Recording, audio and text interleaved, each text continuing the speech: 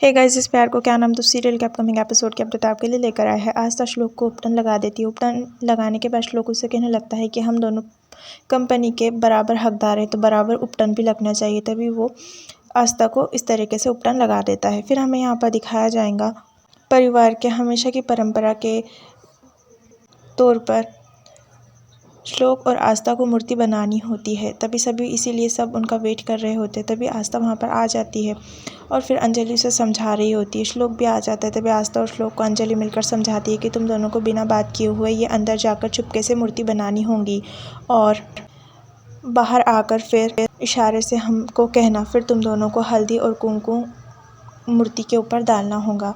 तभी इसी तरीके से नियम समझा रही होती है आस्था और जो श्लोक होते हैं तो अंदर चले जाते हैं और अंजलि पर्दा ढाक देती है। दोनों बिना बात किए हुए मूर्ति बनाने की कोशिश कर रहे होते हैं। ये दोनों बहुत ही कॉमेडी कर रहे होते हैं। श्लोक उसके ऊपर पानी फेंकता है, फिर आस्था कुछ बोल नहीं पा रही होती है। फिर दोनों मिलकर इसी तरीके से मूर्ति बना रहे होते हैं।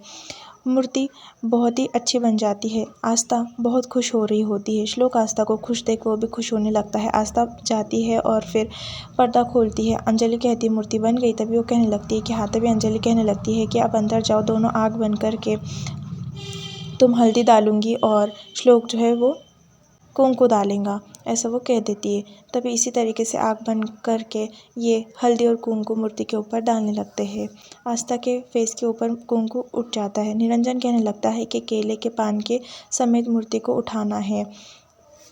तभी ये बिल्कुल परंपरा के अनुसार वैसा करते हैं। फिर आस्था से कहने लगती है अंजलि की स्थापना कर दो मूर्ति की। तभी वो स्थापना वहाँ पर कर देती है। फिर वो कहने लगती है कि मूर्ति पर झाँक दो। तभी अंजलि के कहने के अनुसार जो आस्था होती है वो मूर्ति पर झाँक देती है। फिर अंजलि कहने लगती है कि आज का प्रसाद तुम ही बनाओगे आस्था। तभी अंजलि का कहना मानकर आस्था प्रसाद बना रही होती है। वहाँ पर आ जाती है सुजोल और वो पता लगाने की कोशिश कर रही होती है कि नींद की गोलियां मिलाने के बाद भी जो आस्था ने दूध पिया है तो वो जाग कैसे गई समय पर। तभी वो उससे कहने लगती है मैं तो जाग गई थी लेकिन श्लोक नहीं उठ रहे थे। तभी समझ जाती है सुजोल की आस्था का दूध पी लिया होगा श्लोक ने। फिर यहाँ पर अंजलि जो होती है वो देखती है कि गहने नकली है। तभी ये बात का डिस्कस कर रही होती है आस्था से कि तुम्हारे घर से नकली गहने आए हैं, ये क्या किया तुमने, जिस बात का डर था वही किया। तभी आस्था कहने लगती नहीं, बाबा ने तो असली गहने लाए थे।